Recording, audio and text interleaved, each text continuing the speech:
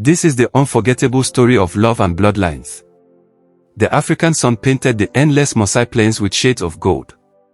Tall acacia trees stood proudly against the horizon while herds of cattle grazed peacefully beneath the watchful eyes of young warriors dressed in brilliant red shukas. For generations, two Maasai clans had lived only a few valleys apart. But they never greeted each other. They never traded. They never celebrated together.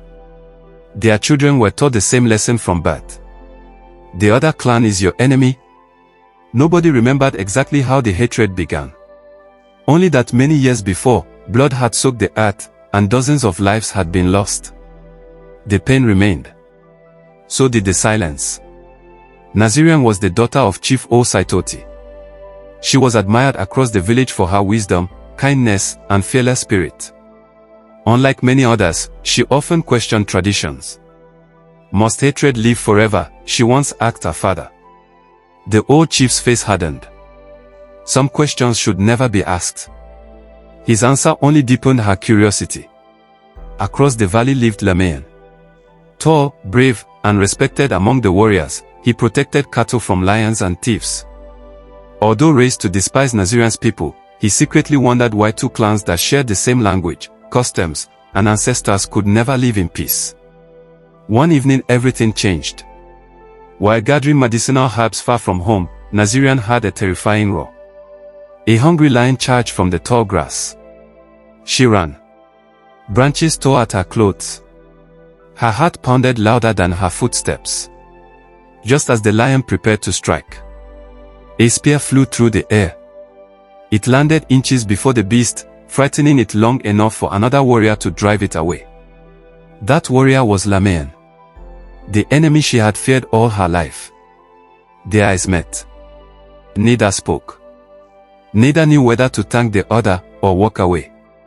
Finally, Nazirian smiled. You saved my life. Lamayan lowered his spear. Today, there were no enemies. They began meeting in secret beside an ancient baobab tree near a quiet river. They talked for hours. About dreams. About peace. About the future they wished existed. Each meeting made it harder to believe their families were meant to hate one another. Love quietly replaced fear.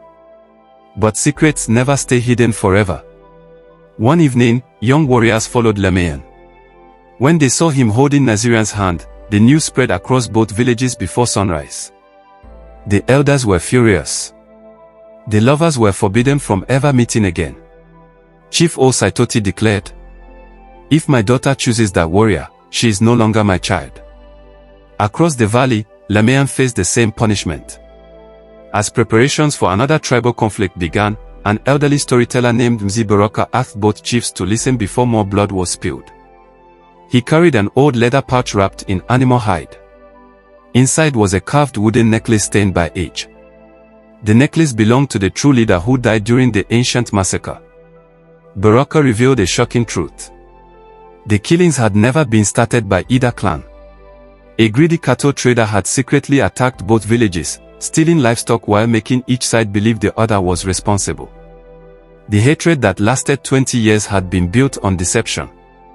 Then came an even greater surprise. Baraka turned toward Nazirian. He gently placed the old necklace around her neck. "This belonged to your real father." The entire gathering fell silent. Chief O Saitoti lowered his head. Years ago, after the massacre, he had adopted the only surviving baby from the rival clan. That baby was Nazirian. She had spent her entire life believing she belonged to one family while her true bloodline connected her to the people she was taught to fear. Tears filled every eye. Hatred suddenly had no meaning. The elders slowly laid down their spears. Women from both clans embraced. Children crossed the valley together for the first time. Songs replaced war cries. Drums echoed across the plains. The two clans celebrated one wedding instead of preparing for another battle. Nazirian and Lamayan stood beneath the ancient baobab tree where their love first blossomed. Their marriage united families once divided by lies. From that day forward, the people taught their children a different lesson. Blood may connect us, but love decides what kind of family we become. And so, The plains that once remembered war began remembering peace instead.